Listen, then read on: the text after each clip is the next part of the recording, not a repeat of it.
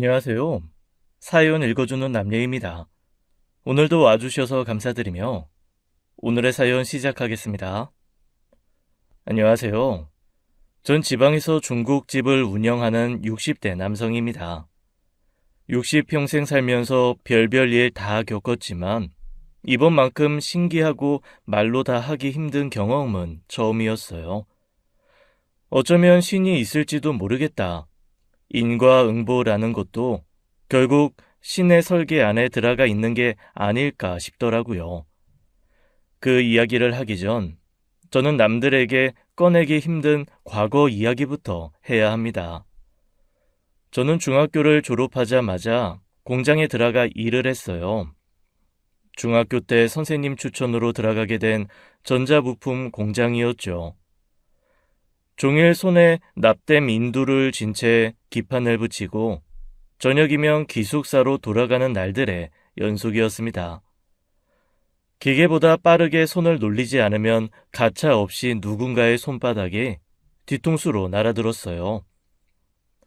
아버지를 어렸을 때 여인터라 저는 사실상 가장이었죠. 나무를 캐다 시장에서 자판을 깔고 장사하는 어머니를 위해 하루도 쉬지 않고 일했습니다. 일이 고되고 힘들다고 앓는 소리 하며 일을 쉬기엔 제 상황이 그리 좋지 않았던 거예요. 그래서 누가 뒤통수를 후려치든 말든 죽어라 일을 했고, 그렇게 4년을 하고 나니 더는 손바닥이 날아오는 일이 없었죠. 함께 일하던 아저씨들도 하나둘 저를 인정해 주셨거든요. 윤기 저놈 끈기 인내심 하나는 진짜 알아줘야 돼. 뭘 해도 됐을 놈이야. 아유 말해 뭐해. 처음 여기 들어왔을 때 비리비리 해가지고 뭐 한 달이나 버티면 오래 버티겠다 했는데 아이 저놈이 벌써 고참 대열에 있을 줄 누가 알았겠냐고. 야 임마 정윤기 너 그렇게만 살아라. 그렇게 살다 보면 결국엔 해 뜰 날 올 거야. 처음엔 정주면 금방 일 두고 도망간다며 제 나이 또래는 받기 꺼려했던 아저씨들이었어요. 비난하고 혼내기 바빴던 아저씨들에게 인정받으니 저도 그때부터는 일이 참 즐거웠습니다. 손에 익은 일이라 쉽기도 했고 여유가 생기니 표정도 밝아졌고요. 그런 저를 좋게 봐준 사람은 다름 아닌 사장님의 둘째 딸이었어요. 땡땡이 붉은 치마를 입고 도시락을 가지고 공장에 올 때마다 희한하게 눈이 자주 마주치던 여자였죠. 들어보니 저보다 1살 어렸던 그 사람은 처음부터 제게 마음이 있었다고 하더라고요. 하지만 가진 것 없고 집안도 볼품없는 공장 직원인 제가 어떻게 사장님 딸을 마음에 품겠어요. 행여 허튼 생각을 하다간 공장에서 일이 잘릴까 피해 다니기 바빴습니다. 그날도 사장 딸이 공장에 온 것을 알고 기계실 구석에 앉아 쉬고 있을 때였어요. 오빠는 왜 자꾸 나 피해 다녀? 아이씨, 깜짝이야. 아유, 어떻게 알고 온 거야? 내가 아장아장 걸어 다닐 때부터 왔던 아빠 공장이면 내 손바닥 아니지. 여기서 나 피해 숨으려고 한 거야? 멍청한 거야, 순진한 거야? 아유, 오지 마. 그러다 누가 보기라도 하면. 오빠는 인물은 좋은데 간이 너무 콩알만해. 그래서 어디 미인을 얻겠어? 용기 있는 자가 미인을 얻는 데써. 난 미인 필요 없어. 누가 볼세라 밖에 눈치만 살피는데 사장 딸은 눈치도 없이 자꾸 제 옆을 파고들어 앉는 거예요. 저도 남자인지라 그게 싫지만은 않았지만요. 그러다 모가지가 날아가는 날이면 고등학교 다니는 동생 학비도 날아가는 거라 가슴이 터질 것만 같았습니다. 공장 아저씨들도 그 사장 둘째 딸을 보고 어렸을 때부터 맹랑하다고 했었는데 정말 겁이 없더라고요. 아무도 없는 기계실 구석에 남자랑 둘이 앉아 있는데도 주눅 들지 않고 제 눈을 빤히 바라보는 게요. 내 눈에 오빠는 신성일보다 잘생긴 것 같아. 신성일은 무슨? 아이, 헛소리 그렇게 진지하게 해. 진심인데? 난 오빠가 내 눈에 참 잘생겨 보이고 좋더라. 그러면서 얼굴을 들이미는데 어떤 남자가 도망가겠어요. 여자 손 한 번 잡아 본 적도 없는 제가 그때 사장 딸에게 입술을 도둑 맞았고 결국 그 집의 둘째 사위가 된 거예요. 물론 사장님한테 끌려가 뒤지게 얻어맞았지만요. 둘이 그런 짓을 한 게 들킨 건 아니고 사장 딸이 가서 없는 말까지 지어내 저를 완전 도둑놈으로 만든 거예요. 눈가에 시퍼런 멍을 달고 달걀로 문지르고 있으니 사장 딸이 다가와 그러더군요. 그래도 좀 참을만 하지? 아파. 아이, 그러게 왜 그런 거짓말을 해서. 우린 거기까진 안 나갔잖아. 겨우 입술만 닿았는데. 오빠가 용기가 없으니 나라도 무슨 수를 써야지 어째. 그렇게 안 했으면 아빠가 오빠랑 날 허락했겠어? 이제 오빠는 내 거야. 완전 나한테 찜콩 당한 거라고. 생각해보면 시작부터 완전히 주도권을 빼앗긴 관계였어요. 능력으로 보나 성격으로 보나 저는 완전히 아내는 갑이었죠. 아저씨들은 뭐가 돼도 될 놈인 줄 알았지만 배짱 좋게 사장 사위가 될 줄은 몰랐다고 엄지를 치켜 세웠어요. 장인어른이 된 사장님이 그렇게 나쁜 사람은 아니었죠. 제가 공장에 오래 다닌 걸 아니 그래도 영 능력이 없는 놈은 아니라고 챙겨주기도 많이 챙겨줬고요. 물론 가족이라고 온갖 감언이설로 일을 더 시켜 먹긴 했지만 그래도 공장 사위가 됐으니 견딜만 했습니다. 어머니도 좋아하셨고 남동생 학비 걱정도 안 해도 됐고요. 노는 거 좋아하는 만년 낭낭 18세인 아내 때문에 골치 아픈 적이 많긴 했지만 그래도 참 사랑스럽고 예뻤어요. 사실 지금도 그때만 생각하면 그 사람과 결혼한 것을 후회하진 않습니다. 비록 끝은 좋진 않았지만 정말 행복했던 시절이었어요.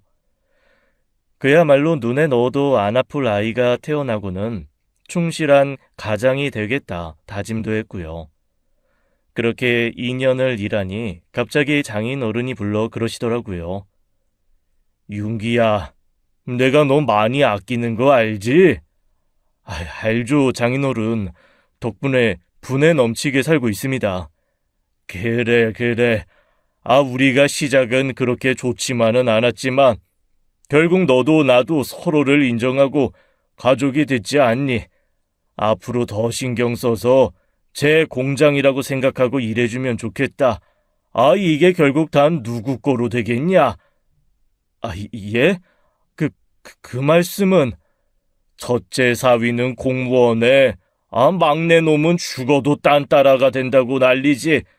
결국 이 큰 공장 물려줄 사람이 너밖에 더 있겠어? 저는 그야말로 감격에 겨웠습니다. 홀어머니 밑에서 자라 중졸 공장 출신이 공장 사장이 된다니요. 그야말로 인생 역전, 천지개벽할 일이었죠. 저는 그 후로 가슴속에 풍선이라도 들어간 듯 몸이 가벼웠습니다. 공장 나사 하나도 제 것이라도 된 양 허투루 쓰지 않았어요. 장인 어른께서도 저를 후계자로 점찍고 난 후부터는 일을 더 고되게 시키지만 하나도 힘들지 않았습니다. 이 세상에 거저 얻는 것은 없었으니까요. 태호야, 우리 아들 아빠 왔다. 짠, 아빠가 도나스 사왔지. 아직 먹지도 못하는 애한테 도나스는 무슨? 사실은 당신 먹으라고 사온 거지. 당신 도나스 좋아하잖아. 좋아한다고 백날 첫날 도나스만 사와? 풀빵, 찐빵, 카스테라 사올 수 있는 게 얼마나 많은데. 나는 당신이 백날 첫날 도나스만 먹으니까 도나스만 좋아하는 줄 알았지. 그럼 내일은 다른 거 사다 줄게. 풀빵, 찐빵, 뭐든 말만 해. 웬일이래? 공장에서 무슨 좋은 일 있었어? 요즘 당신 기분 날아다니는 것 같아. 뭐 당장은 아니어도 먼 미래에 좋은 일이 있을지도. 하지만 늘 그렇듯 인생은 제 뜻대로 되진 않잖아요. 그렇게 공장 사장이 될 기대에 부푼 가슴으로 2년을 보냈는데 가수가 된다고 서울로 상경한 처남이 갑자기 돌아온 거예요. 들어보니 앨범 사기인지 뭔지 당해 그곳에 아주 학을 떼고 온 모양이더라고요. 물론 가족이 돌아왔으니 환영할 만한 일이었지만 저한테는 그렇게 달가운 일은 아니었습니다. 아니나 다를까 처남이 돌아온 지 며칠 후부터 갑자기 공장에 출근하기 시작하는 거예요. 그것도 장인어른 옆에 딱 붙어서요. 윤기야, 너 나가리 된 거 아니냐? 예? 아이, 나가리요? 아빠나지 뭐. 양석이 왔으면 그 자리 양석이한테 주지 사위인 윤기한테 주겠어? 공장 돌아가는 흐름을 빤히 아는 아저씨들은 이미 물 건너간 자리라고 단념하더라고요. 2년 동안 제 것이 될 줄만 알고 간이고 쓸개고 다 내어줄 것처럼 일만 했던 저는 김이 팍 샜습니다. 김만 샜다 뿐이겠어요. 솔직히 말해 장인어른께 배신감도 들었죠. 불러다가 사실대로 이야기만 했어도 그 배신감, 서운함이 그렇게 크진 않았을 거예요. 저한테 언제 그런 이야기를 했냐는 듯 처남만 챙기는 장인어른을 보고 많이 실망했죠. 여기저기 거래처 사람들 만나러 갈 때 처남을 데리고 가고 저는 회의에 부르지도 않더군요. 속이 어찌나 상하던지 일 끝나고 집에 들어가면 반주하는 게 습관이 돼버렸어요. 아무 말도 없이 앉아 술만 마셔대니 아내도 불만이 생겼죠. 아직도 공장 일 때문에 그러는 거야? 뭐 어쩌겠어. 양석이가 안 하겠다고 해서 당신 준다고 한 건데 양석이가 한다고 하니 양석이 주시겠지. 그렇다고 뭐 당신 아예 나몰라라 할까 봐? 그래도 한 자리 주실 건데 뭐 그렇게 서운해? 공장에 대해 더 잘 아는 사람은 나야. 처남이 알긴 뭘 알겠어. 공장에서 일하는 팔자로 살까봐 학교 다닐 때 공장으로 심부름 한번 안 왔다며. 그런 처남이 어떻게 공장 일을 해? 그래서 아빠도 지금 데리고 다니면서 가르치는 거잖아. 아휴, 그만 좀 하자. 그만 좀. 몇 주가 지났는데 아직까지 그래? 맨날 술 냄새 나니까 태호도 당신한테 안 가잖아. 정신을 차려야 했지만 그게 그렇게 쉽지는 않더라고요. 결국 어느 날은 진탕 술을 마시다 제 시간에 일어나지 못해 생애 처음으로 지각 출근도 하게 되었죠. 그 일이 장인어른 귀에 들어가면서 결국 불려가서 혼쭐이 났어요. 아, 요즘 자네 너무 불성실하다고 말이 많던데 왜 그러는 거야? 설마 양석이 그 일 때문에 그래? 아니라고는 할 수는 없죠. 아이고, 이 사람아. 서운한 마음이야 알지만 그래도 책임감 있게 행동해야지. 그러면 되겠어? 정서방 자네 책임감 강한 사람인 줄 알았는데 그렇게 유약한 사람이었단 말이야? 누구라도 그러지 않겠어요? 제가 이 공장 위에 일한 세월이 몇 년인데 공장 돌아가는 상황도 제대로 모르는 처남 데려다 후계자 삼겠다 하시면 저는 서운하죠. 아, 그렇다고 내가 자네 뭐 만년 직원 시켜놓겠어? 결국 무슨 자리라도 하나 만들어주겠지. 아이고, 사장이 아니면 어때? 사장처럼 살면 그만이지. 하여튼 앞으로 또 술 마시다 지각하고 불성실하단 이야기 들리기만 해. 사위라도 가만히 안 있어. 어쩌면 그때부터였던 것 같습니다. 하기야 그전엔 희한하게 인생이 쉬웠어요. 슬슬 내리막이 나올 시기이긴 했지만 그렇다고 곤두박질 칠 줄 누가 알았겠어요. 알았으면 대비라도 했을 텐데 아무것도 모르고 당해 온몸이 성한 데가 없었죠. 장인어른의 엄포를 듣고 사장실에서 나왔지만 의욕이 안 나는 건 매한가지였습니다. 그래도 어쩌겠어요. 장인어른한테 월급 받고 사는 월급쟁이, 성실하게 일해야 우리 아들 고기라도 한 번 더 사주니 해야죠. 그렇게 몇 달쯤 지났을 겁니다. 이제 좀 미련을 내려놓게 되어서 마음도 편해지던 차였어요. 갑자기 장인어른이 불러 사장실에 갔더니 비싸고 귀한 술을 내놓고 있더라고요. 아이 정서방, 어서 와 앉아 어서. 무슨 일로? 아이고 일단 앉아. 목포에서 아는 형님이 아주 기가 막힌 홍어를 보내줬거든. 아이고 먹으면서 이야기해. 지금이요? 저 빨리 돌아가야 해요. 아이고 물론 정서방 자네 없이는 안 돌아가는 게 우리 공장 사정이지만 이번만큼은 내가 종칠이 불러다가 대타로 넣어놨으니까 안심하고 먹어. 자, 잠부터 받고. 어디서 쿰쿰한 냄새가 나나 했더니 장인어른 옆에 스티로폼 상자에 홍어가 가득이더라고요. 장인은 제게 그 비싼 홍어도 청 내놓고 잔에 술도 가득 따라주었습니다. 벼랑간 이게 무슨 일인가 했더니 처남 때문에 골치가 많이 아픈 모양이더라고요. 이제와 염치가 없지만 역시 이 자리에 자네만큼 어울리는 사람이 없어. 하지만 그 자리는 처남이 맡기로 한 거잖아요. 양석이 그놈을 뭘 믿고 이 큰 공장을 맡겨? 그놈은 아주 기회만 있으면 이놈의 공장 여시나 바꿔먹을 놈이다. 일전에도 뭐라는 줄 알아? 공장 문 닫고 부지 팔아먹으면 비싸게 받을 수 있다는 거야. 이 공장을요? 장인어른께서 피땀으로 일구신 공장인데. 그러니까 말이야. 아들놈 그거 하나 있는 게 애비 마음도 모르고 뭐 공장 부지를 팔아? 예끼 못해 처먹은 놈 하고 내가 궁둥이를 걷어차준 참이야. 그럼 처남은 공장 일은 안 하겠다는 거예요? 말만 안 했다 뿐이지 앞으로 뻔하지 뭐. 버텨봐야 얼마나 버티겠나 싶어. 그러니까 자네가 양석이한테 내색은 하지 말고 조용히 잘 준비해 보라고. 나는 자네밖에 믿을 사람이 없어. 지금 생각해보면 그때 저는 장인어른의 보험 같은 것이었습니다. 처남이 나가 떨어질 때 제가 먼저 나가 떨어져 있으면 대처가 안 되니까요. 일단 저를 보험으로 붙들어 놓고 처남이 못해 먹겠다고 할 때 저를 쓰려고 했겠지요. 어쨌거나 저한테는 한 번의 기회가 더 온 셈이었고 저는 이왕이면 그 기회를 잡고 싶었습니다. 그러면서 장인어른에게 잘 보여야 했으니 또 야근, 잔업, 가리지 않고 나서서 한 거예요. 어차피 제가 안 하면 다른 직원들이 해야 할 일이니 제가 하는 게 더 낫기도 했고요.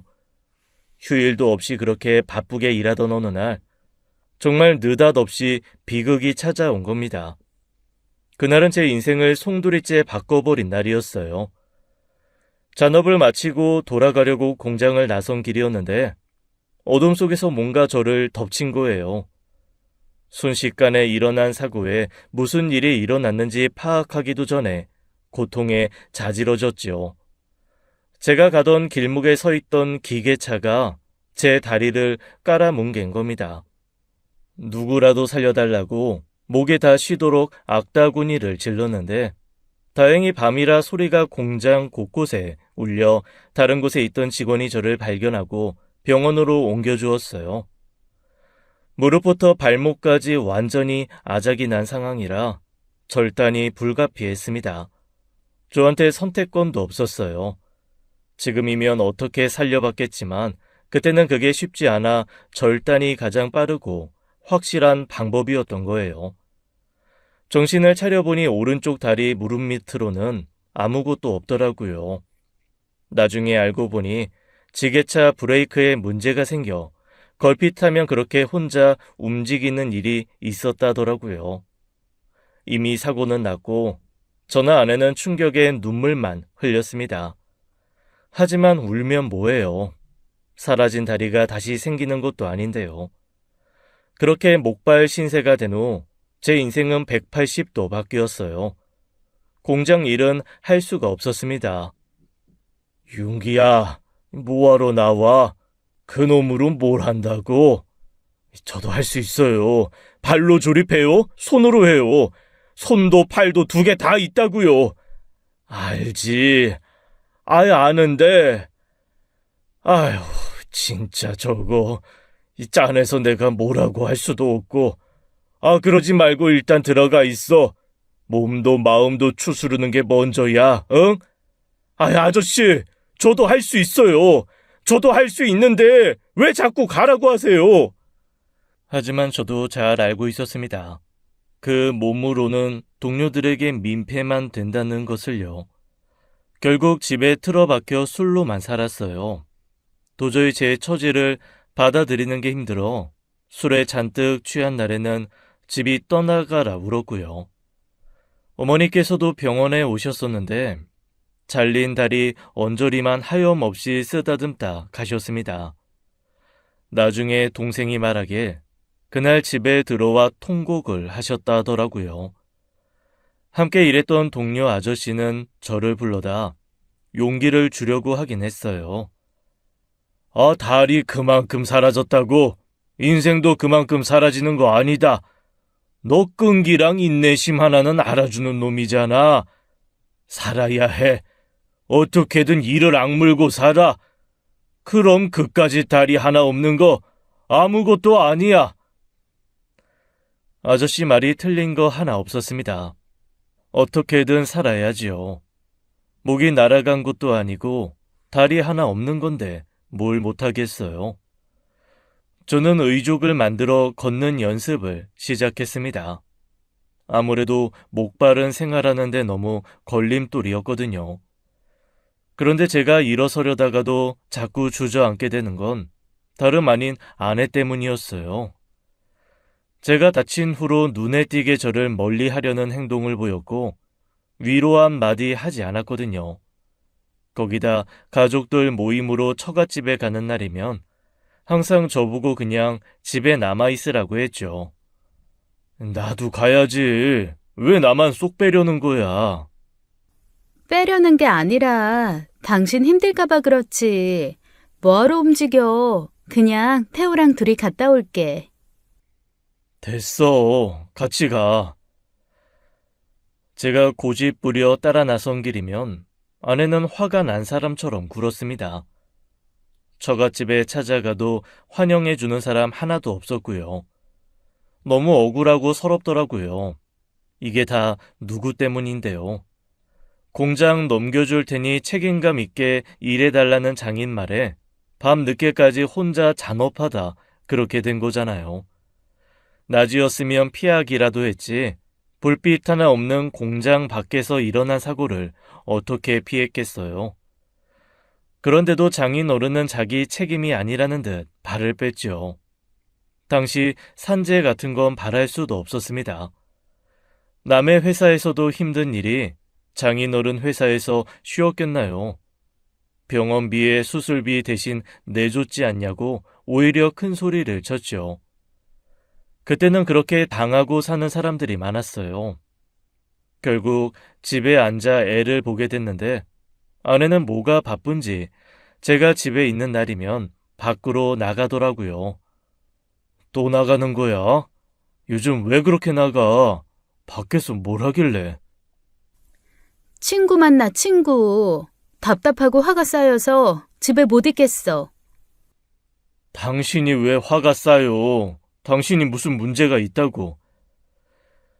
화가 나 그렇게 쏘아붙이면 아내는 저를 위아래로 기분 나쁘게 훑어보았습니다. 끝내는 제 허벅지쯤 묶인 바짓단의 시선이 머물렀지만 저는 애써 모른 척했어요.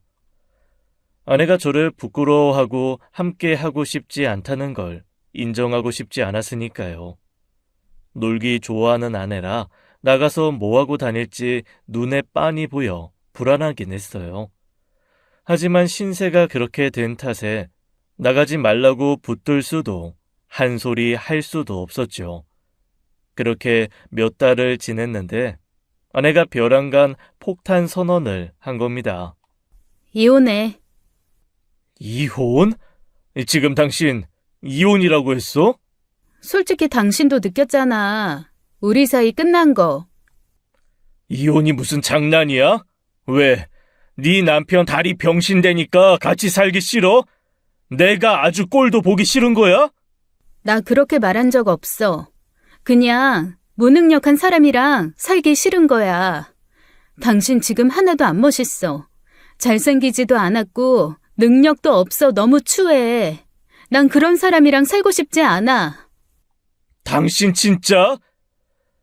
분한 저는 목발을 짚고 아내에게 다가가려다 그만 그 자리에서 고꾸라지고 말았습니다. 목발이 장판에 밀리면서 쓰러진 거예요.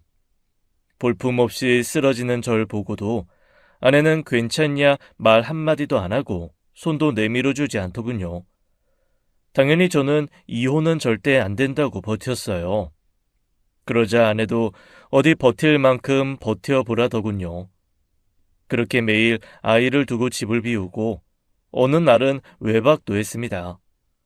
어딜 갔다 오냐고 하면 무슨 상관이냐고 하질 않나. 엄마로서도 아내로서도 완전히 꽝이었죠. 하루는 아들이 하도 보채 집 근처 놀이터에 데려간 날이었어요. 그런데 우연히 아내가 남자와 함께 있는 걸 보게 된 겁니다. 그 남자는 저도 아는 공장 사람이었어요. 결국 바람이었던 거예요. 하지만 제 처지에 확실한 증거를 잡는 건 쉽지 않았죠. 당신 바람이야? 남자 생겨 이혼하자고 한 거야? 생사람 잡지 마. 이제 망상증까지 걸렸어? 낮에 당신 오석재랑 다방 들어가는 거 봤어. 이래도 발뺌이야? 응, 간 적 없어. 이혼하기 싫은 당신 머릿속에서 만들어진 망상이지. 당신 진짜 이럴 거야?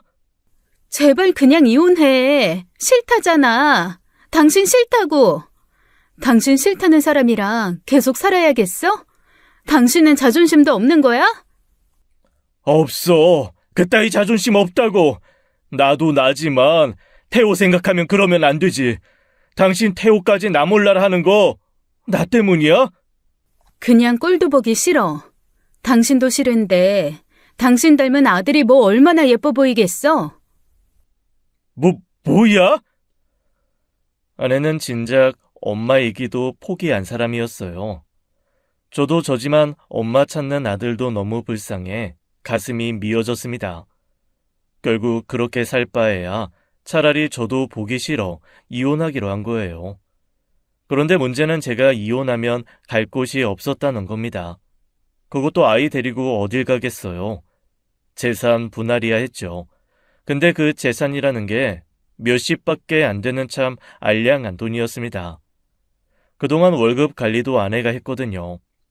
벌어다 준 돈은 죄다 써버려서 재산 분할이랍시고 6년 결혼 생활 끝에 받은 돈이 고작 몇십이었어요.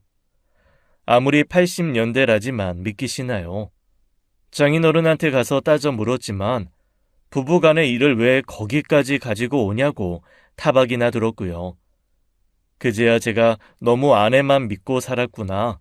그동안 정말 한심하게 살았구나 싶었습니다.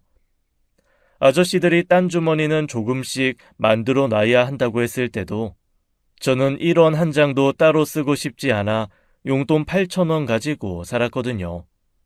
내 청춘을 그곳에 다 바치고 몸도 마음도 다 상해 나왔을 때 저는 정말 죽고 싶었어요. 뒤로 매는 가방 하나에 제 옷까지 아들 옷 몇 벌 넣어 나와서 아들 손도 못 잡아주고 그렇게 왔습니다. 처음엔 고향으로 갈까 하다가 속상해하는 어머니 얼굴 보는 게 괴로워서 한 번도 가본 적도 없는 곳으로 가게 되었어요. 버스 터미널에서 딱 내려 낯선 광경이 저희 부자를 반기는데 차라리 마음이 편했습니다. 저를 아무도 모르는 곳이라 다행이라고 생각했어요.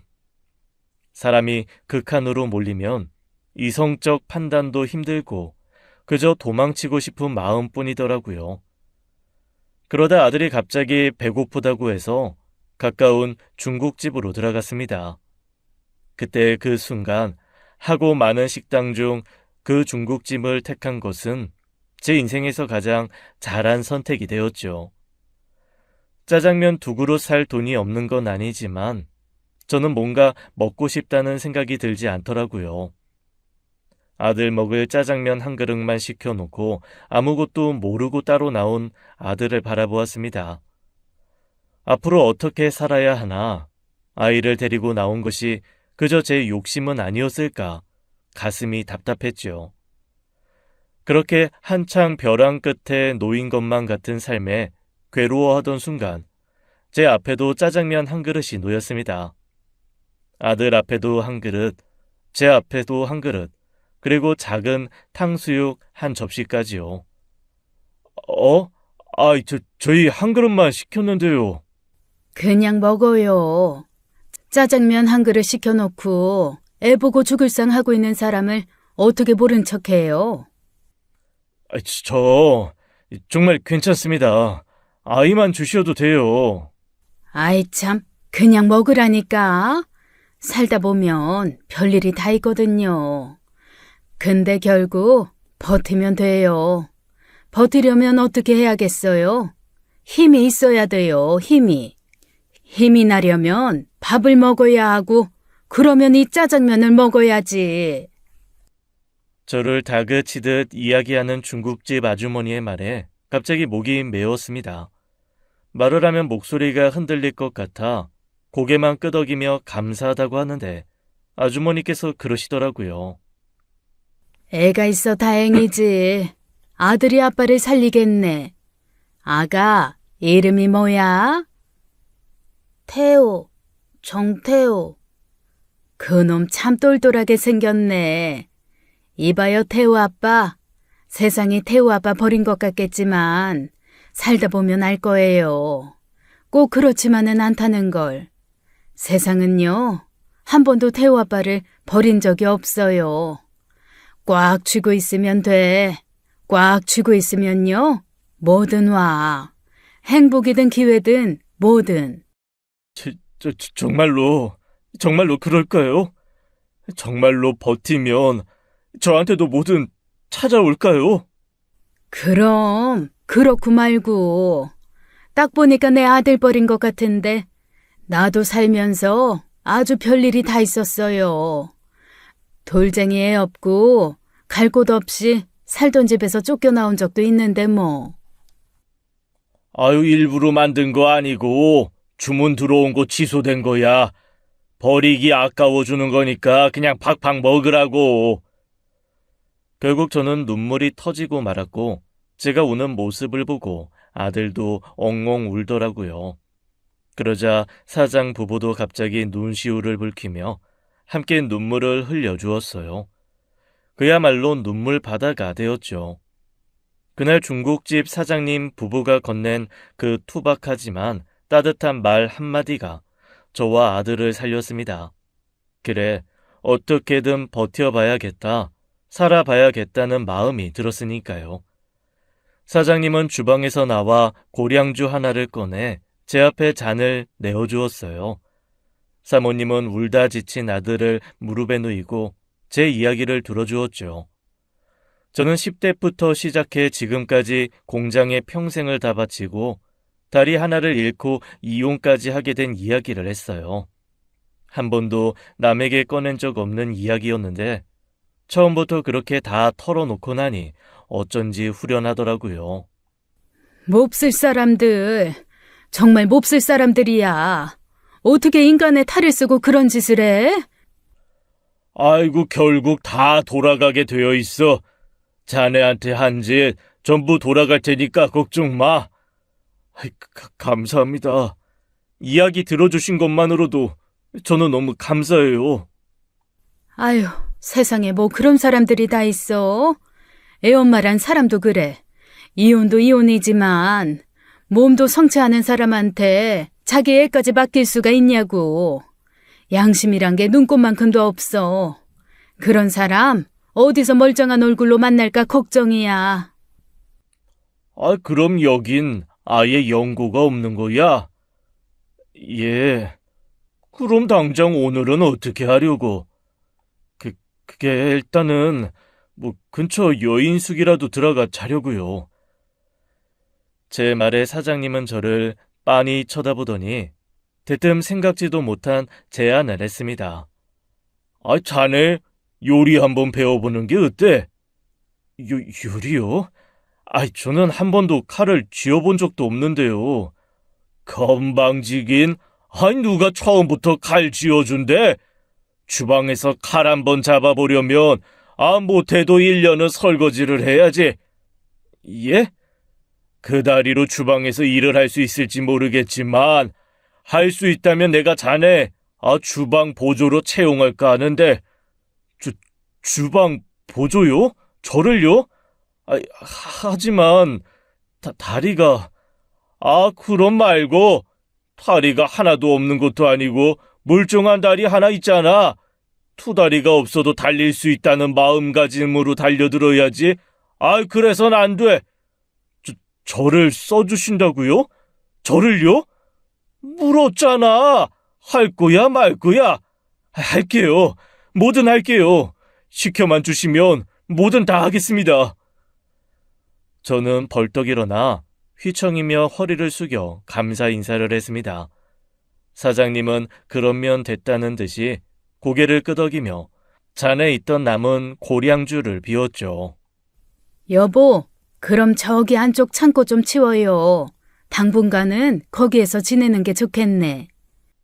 방까지요? 근데 거기가 사람 사는 곳은 아니야. 창고로 쓰던 데라 애들이고 오래 살만한 곳은 못 돼. 아니긴. 우리 애들도 거기서 유년 시절 났는데. 그거야 아주 잠깐이었지. 그러고 보면 저 방이 역사가 깊어. 우리도 처음엔 여기 사장님 배려로 들어온 거거든. 여보, 그때 기억나? 내가 영자 없고 당신이 석철이 손잡고 들어온 곳이잖아. 어째 여기는 꼭 그런 사람들이 모이나 봐. 기억나다 뿐이야. 그때는 중국집도 아니었어. 다 쓰러져가는 밥집이었는데 그때 그분들은 난으로 함경도 원산에서 내려와 자리 잡은 분들이었거든. 그분 덕을 많이 봤지 우리가. 신기해. 이제야 갚는 것 같네. 그분들 은혜를. 인연이 참 신기하지? 사장님과 사모님은 진정으로 기쁘다는 듯 웃음을 나누었습니다. 그리고 사장님은 일어나서 안쪽 창고방으로 들어가 물건을 꺼냈죠. 저도 뭐라도 거들어 주려고 했지만 사모님의 만류로 하지 못했어요. 다 불어 터진 거지만 먹어요. 먹어야 잠도 푹 자지. 그나저나 태호가 제대로 못 먹고 자서 어째? 혹시 새벽에 깨서 배고프다고 하면 내가 저 위에다가 짜장 소스랑 밥 둘 테니까 그거 먹여. 감사합니다. 감사합니다. 오랜 이야기를 하느라 식고 불어터진 짜장면이었지만 저는 소스까지 싹싹 긁어 먹었습니다. 지금까지도 살면서 그렇게 맛있었던 짜장면은 없었어요. 그렇게 저는 중국집 사장님 부부의 배려 덕에 그곳에서 머물면서 일을 배웠어요. 사장님이 말한 대로 처음 1년은 허드렛 일과 설거지만 했습니다. 소문난 동네 맛집이었던 덕분에 식당은 늘 문전성시였어요. 다리가 불편했지만 저는 어설프게 만든 의족을 제 몸처럼 쓰려고 노력했고 바쁜 주방에서 방해가 되지 않고 움직일 수 있었죠. 마음만 먹으면 안 되는 일이 없다는 거, 결국 버티면 어떻게든 된다는 거, 그거 진짜입니다. 사람이 살기 힘든 방이라고는 하지만 그땐 저에겐 창고 방도 궁궐이나 다름없었습니다. 어차피 집을 얻어봐야 아이 혼자 있어야 하고 집에 머문 시간이 짧으니 계속 창고방에서 지냈어요. 아이가 학교에 들어가면서 식당과 가까운 곳에 집을 얻어 나왔고 그렇게 그곳에서 지낸 게 5년이었죠. 제가 칼을 잡기 시작하면서부터는 사장님께서 거의 모든 것을 다 내어주셨어요.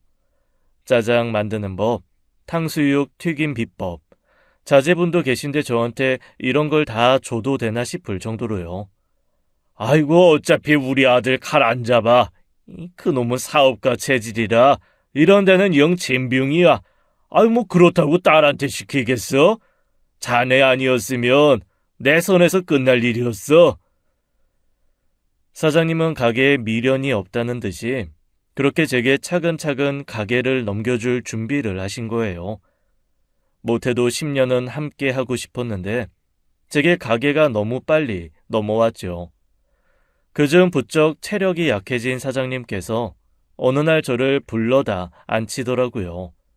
처음 만났던 그 테이블, 그 위치였죠. 아무래도 내 몸이 갈 때까지 간 것 같아. 무슨 말씀을 그렇게 하세요? 정정하신데요. 암이래. 예? 놀라 사례에 들린 저와 달리 사장님은 덤덤한 목소리였습니다. 암이라니 상상도 하지 못한 일이었어요. 언제나 비극은 소리 소문도 없이 찾아오지요. 제 얼굴은 금세 눈물 콧물로 범벅이 되었습니다. 사장님, 위험한 건 아니시죠? 치료받으면 되는 거죠? 암의 치료가 어딨어? 그냥 갈 때까지 기다리는 거지. 그런 말씀이 어딨어요? 의사가 치료 못하는 병이 어딨어요? 참, 우리 아들이 알아도 이러진 않을 건데 나 위에 그렇게 울어주는 사람은 집사람이랑 자네밖에 없는 것 같네. 사장님께서는 우는 제 손을 잡아주시며 그러셨습니다. 이젠 몸도 마음도 따라주지 않으니 제게 가게를 넘겨야 할 것 같다고요. 언제고 그 가게를 물려받고 싶은 생각은 있었지만 그런 식은 아니었습니다. 아직은 안 돼요. 아직은 안 됩니다. 포기하시면 안 돼요. 이 사람아, 누가 인생 포기 안 됐어? 나도 좀 이제 쉬어야지. 애들 어릴 때부터 지금까지 할 만큼 했어. 이제 자네 차례야. 그러면서 사장님은 모든 일을 제게 맡기시고 은퇴하신 후 치료에 전념하시게 된 거예요. 하지만 야속하게도 사장님은 오래 버티지 못하셨습니다. 제게는 아버지나 다름없는 분이셨으니 그 슬픔을 주체하기가 굉장히 힘들었어요. 일주일씩 가게도 닫고 아무것도 할 수 없었을 때 사모님이 그러시더군요. 용기 너 처음에 우리 가게 왔을 때 기억나?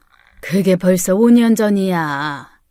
그때 세상 다 포기한 사람처럼 그곳에 앉아 있었는데 거봐, 살려고 하니 사라지잖아. 안 그래? 앞으로도 열심히 살아. 이 가게는 우리 애 아빠가 남긴 전부야.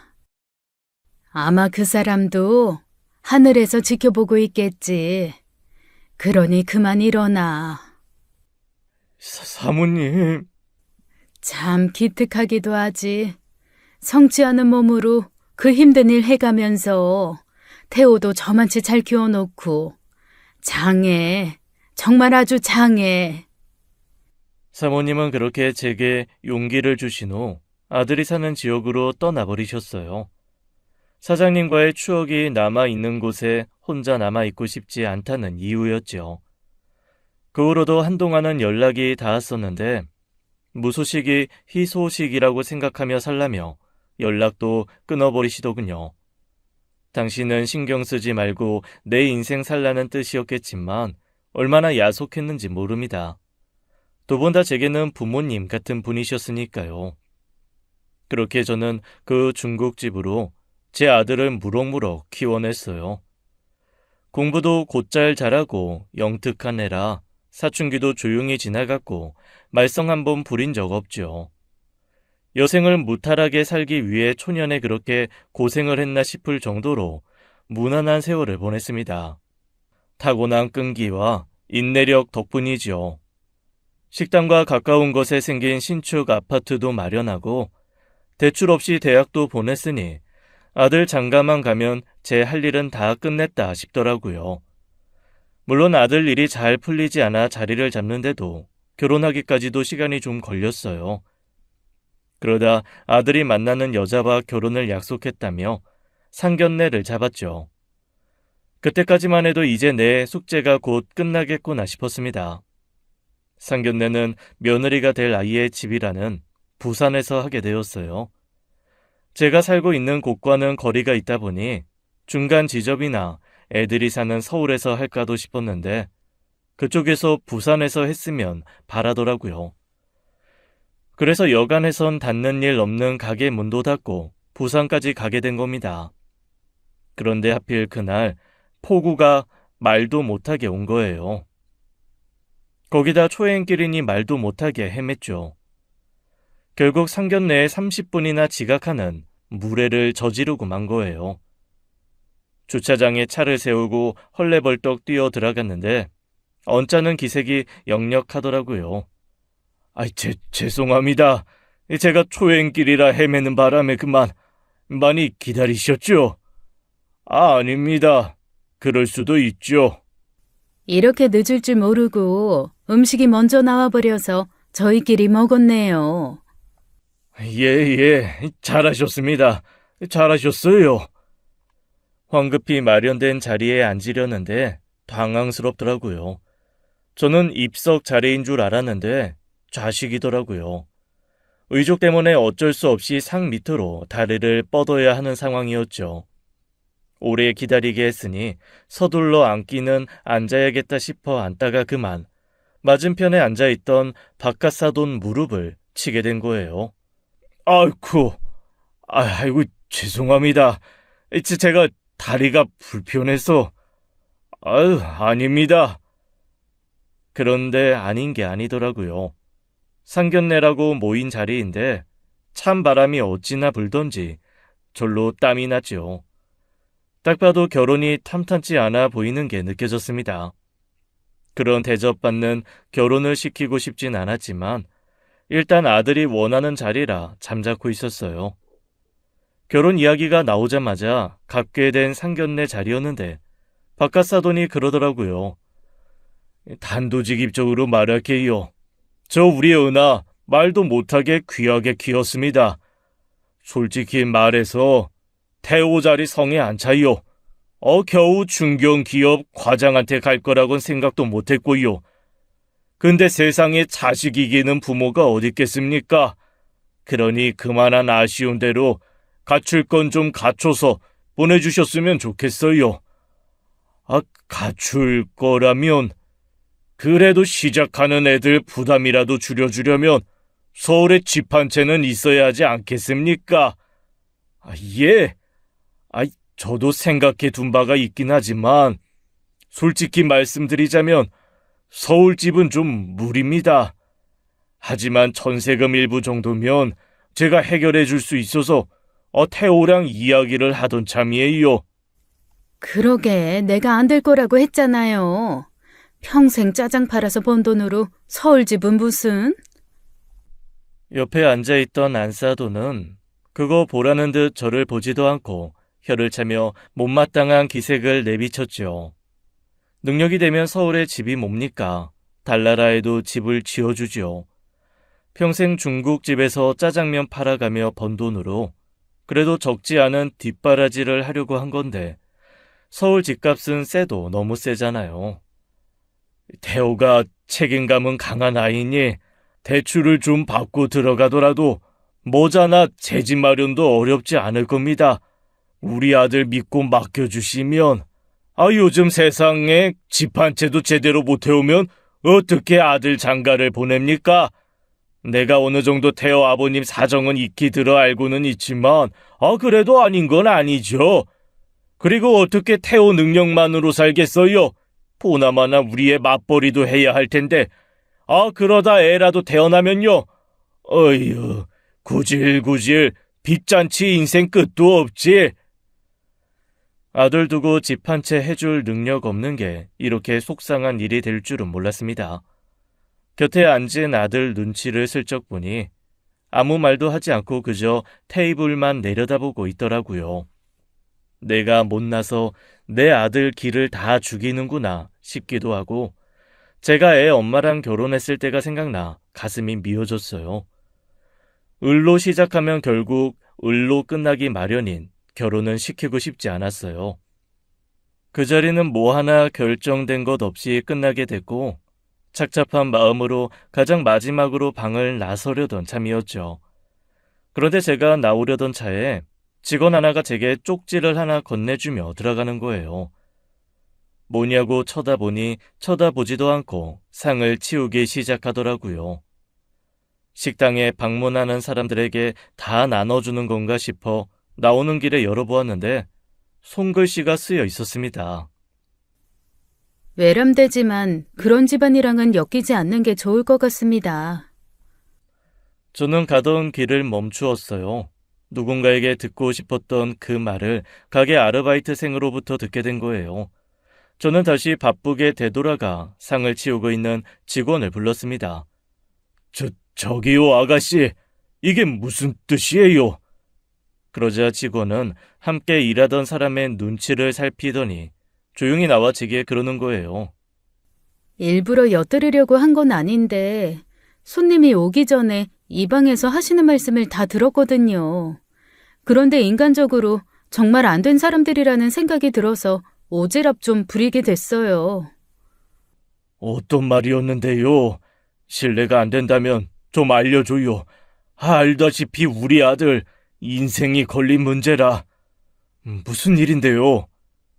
그때였어요. 제가 안 나오자 아들이 저를 찾기 위해 들어왔다가 그 이야기를 듣게 된 거죠. 직원은 저와 아들을 바라보며 머뭇거리다 그러더군요. 제 입으로 말하기에는 좀 힘든 부분도 있어서 정확히 말씀드리긴 어렵지만 손님의 그 불편한 다리 가지고 입에 담기 힘든 이야기를 하셨어요. 욕설이었고 인격적으로 무시하는 말씀도 많이 하셨고요. 다행히 아드님 오시기 전에 하신 말씀이라 아드님은 듣지 못한 거예요. 들었으면 속상해하셨을 거고 상견례도 진행되지 않았겠죠. 그러니까 제 다리 때문이라는 거군요. 아빠! 아니요. 만약 이 결혼이 깨지게 된다면 그건 손님 불편한 다리 때문이 아니라 그분들 이성 때문이죠. 손님 탓이라고 생각 안 하셨으면 좋겠어요. 저희 할머니께서 그런 사람은 인격적으로 부족한 사람이니 그런 사람 때문에 공경에 처한 사람은 절대 외면하지 말라고 하셨거든요. 멋진 할머니를 두셨네요. 말해줘서 고마워요. 고마워. 뒤늦게 가게를 나왔더니 이미 며느리 될 아이와 사돈 두 분은 가고 없더라고요. 아들에게 미안해 얼른 가자며 차로 데려갔는데 말이 없는 거예요. 바로 서울로 올라간다고 하기에 부산역으로 가서 내려주는데 내리지도 않고 가만히 앉아만 있는 겁니다. 저도 속상하겠다 싶어 입도 떨어지지 않았어요. 그 마음에 겨우 애 이름을 불렀을 뿐인데 갑자기 애가 눈물을 뚝뚝 흘리는 겁니다. 태호야, 왜 그래? 결혼 못할까봐 속상해서 그래? 아빠가 어떻게든 마련해 볼게. 좋은 집은 아니어도 지금 살고 있는 아파트 팔면 그래도 어떻게 될 거야. 아니 하지 마. 아빠 집 팔지 마. 미안해 아빠. 내가 그 자리에서 말 한마디 못한 게 너무 병신 같아서 그래. 아빠가 나를 어떻게 키웠는데, 아빠가 어떻게 살았는데 결혼하겠다고 아빠한테 그 수모를 겪게 했다는 게 너무 미안해. 태호야, 왜 그런 걸 가지고 울어? 수모라니? 아니야, 아빠 그렇게 생각 안 해. 우리 아들이 그렇게 속 깊은 애였다는 걸 왜 몰랐을까요? 미안한 마음에 나를 원망할 거라고만 생각했지, 설마 제게 미안한 마음을 가질 거라고 생각은 못했거든요. 결국 아들은 결혼하지 않겠다고 하더라고요. 아무리 좋아도 불효로 결혼해선 절대 행복할 수 없다면서요. 처음엔 어떻게 감히 우리 쪽에서 결혼을 깨냐고 난리가 났었어요. 그런데 그 집 딸이 밥도 안 먹고 회사도 안 가고 다 죽어 간다더라고요. 하지만 아들은 마음을 바꾸지 않았습니다.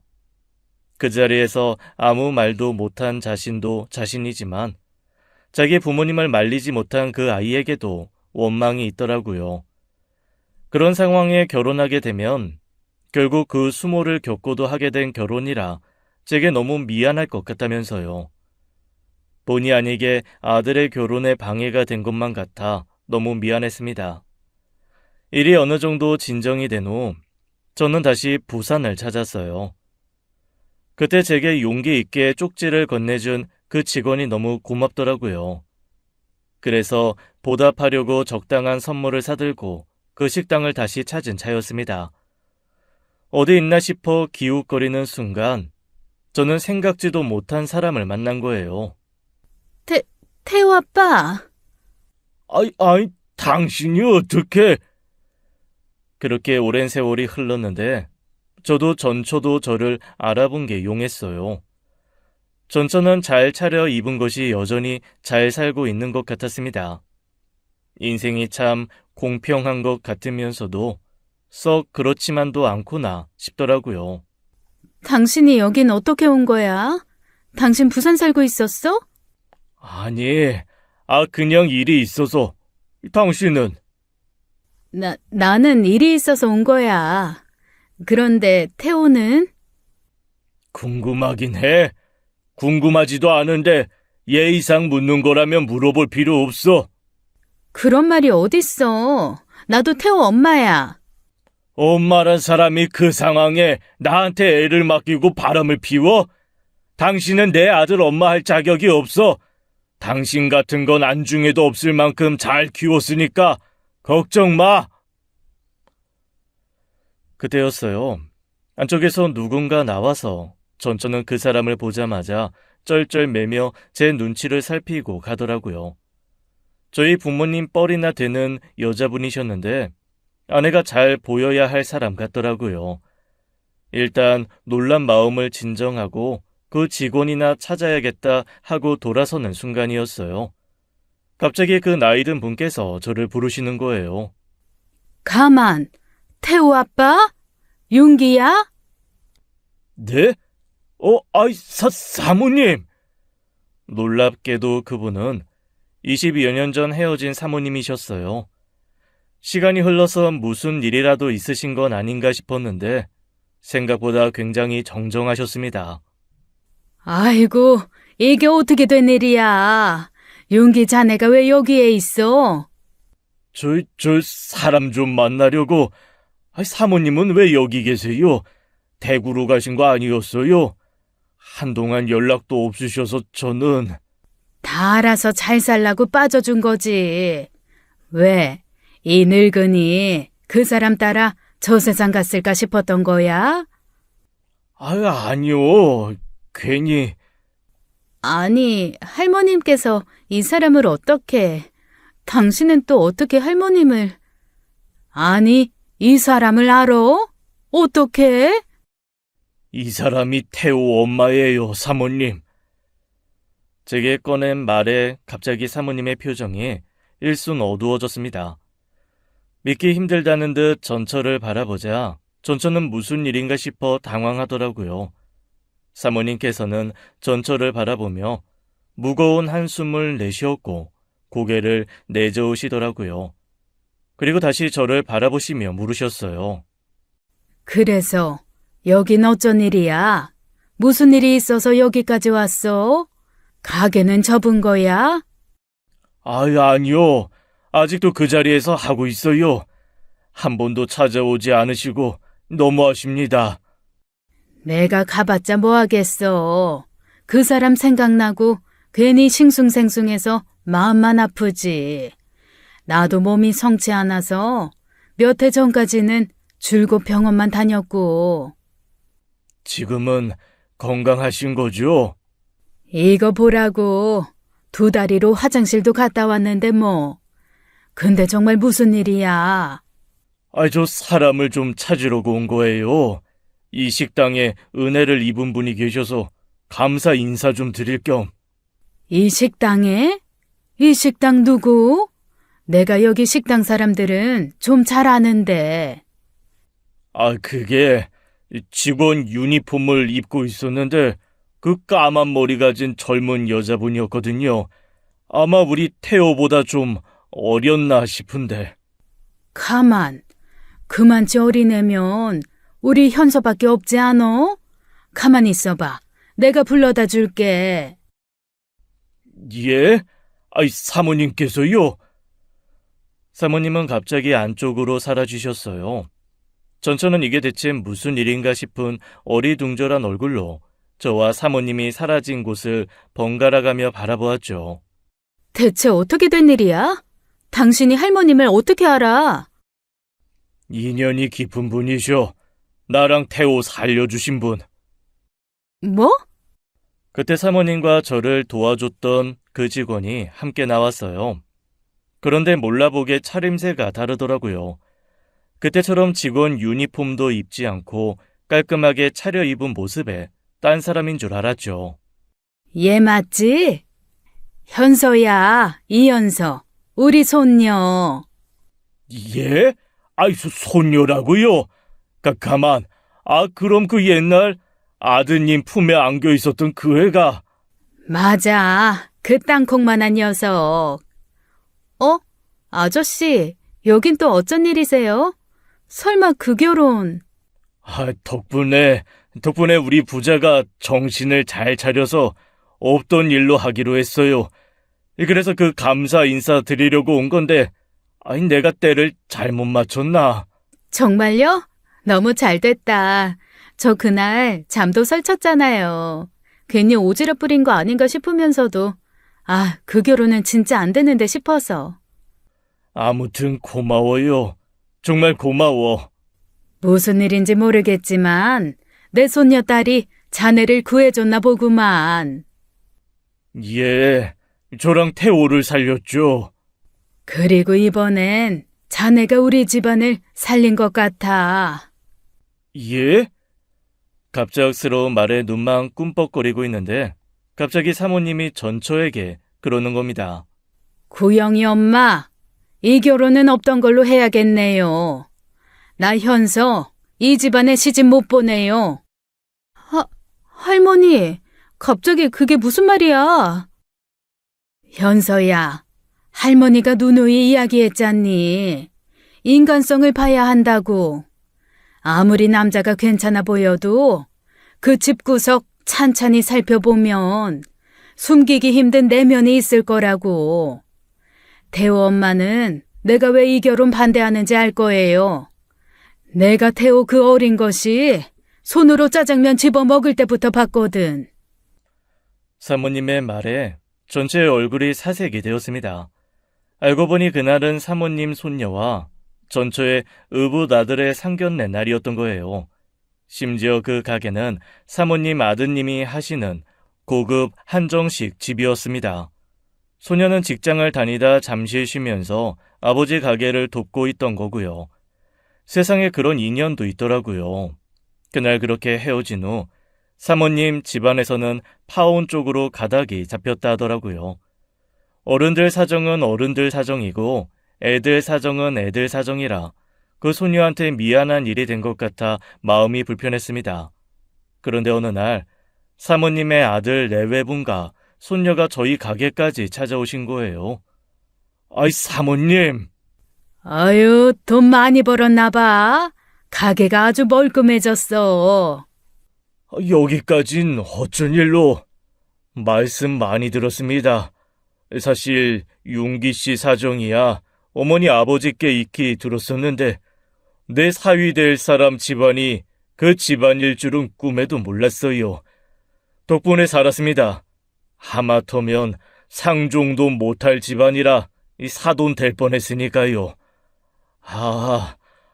근데 현서 형한테는 도리어 피해가 된 건 아닌가 해서 마음이 많이 쓰였어요. 마음 쓰지 마세요. 저 하나도 안 슬프거든요. 솔직히 갑자기 결혼하자 그래서 내키지 않았었는데 그래도 친구들도 가니까 나도 가야 하나 싶어서 그냥 추진했던 거거든요. 어이구, 우리 애가 이래요. 똑 부러진 것 같으면서도 자기 일에 이렇게 허당이야. 마음 쓰지 마세요. 저희도 사위라는 사람이 일 하나 꾸준히 하는 것 같지도 않고 그래서 마음에 안 들었거든요. 다들 희한하게 마음이 좀 안 내킨다 싶던 차에 신기하게 그런 일이 생겼다고 하더라고요. 파혼으로 슬퍼하거나 낙담할 겨를도 없었대요. 사모님과 저의 특별한 인연에 주변 사람들도 다 신기해 했다고요. 잘 해결됐으니 다행인데 전처 쪽은 얼마나 황당하고 기가 막혔겠어요. 제 연락처도 사는 곳도 모르니 저한테 항의도 못하고 속만 탔을 겁니다. 사모님께 듣자 하니 그 일은 아버지가 한 일이라 자긴 모른다고 그렇게 발뺌을 하더래요.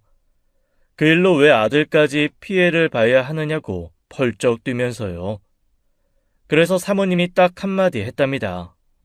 그게 부모업이야. 부모업은 다 자식의 손주한테 가거든. 그러니까 잘 살았어야지. 안 그래? 아내는 이혼 후 그때 바람 피우던 상대가 아닌 2년 뒤 아들 있는 남자랑 결혼했답니다. 장인어른 공장은 결국 처남에게 넘어갔는데 처남은 공장을 물려받자마자 넘겨버렸대요. 그 일로 장인어른이 뒤로 넘어져 쓰러지시고 1년 뒤에 돌아가셨고요. 장인어른 재산 두고 형제끼리 싸운 모양인데 이미 다 써버렸다고 배짱 부려 얻은 것도 없더랍니다. 그래서 재력 좀 있는 부모를 가진 사모님 손녀와 빨리 결혼했으면 했던 거겠죠. 그 인연은 거기서 끝난 게 아니었습니다. 그 뒤로 사모님 아들 분과는 형 동생이 되어 자주 연락하고 만나게 됐는데 그때 제 아들과 사모님 손녀가 눈이 맞은 거예요. 부모들은 아무것도 몰랐는데 어느 날 갑자기 사귄 지 1년 됐다고 곧 결혼 생각 중이라는데 얼마나 놀랐는지요. 그걸 보고는 사모님이 그러시더라고요. 용기야, 우리가 보통 인연은 아니야. 그치? 예, 세상에 저희 같은 인연도 없을 거예요, 정말로. 다음 주는 그 두 아이가 좋은 날을 받아 부부가 되는 날이에요. 돌고 돌아 만난 귀한 인연인 만큼 세상에 둘도 없는 부부로 행복하게 잘 살 것 같아 마음이 놓입니다. 그렇게 힘들게 산 세월을 다 보상받고 비로소 진짜 숙제가 끝난 기분이에요. 앞으로 우리 아들 부부가 누구보다도 잘 살 수 있게 응원 좀 부탁드립니다. 지금까지 사연 읽어주는 남녀였습니다. 끝까지 함께 해주신 여러분 감사드리며 저희는 다음 사연으로 돌아올게요. 감사합니다.